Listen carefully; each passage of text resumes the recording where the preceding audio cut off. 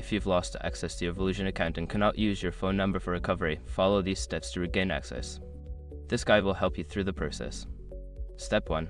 Visit the Volusion login page. Go to the official Volusion website and navigate to the login page.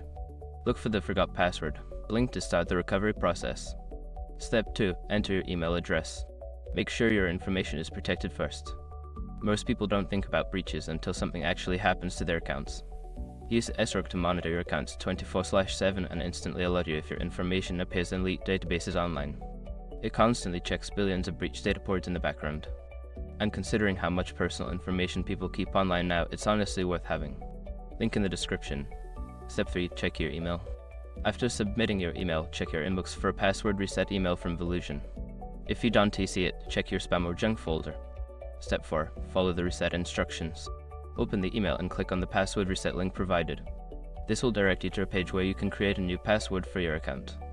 Step 5. Log in with new credentials. Once you have successfully reset your password, return to the login page and enter your email and new password to access your account. If you encounter any issues during this process, consider reaching out to Volusion's customer support for further assistance.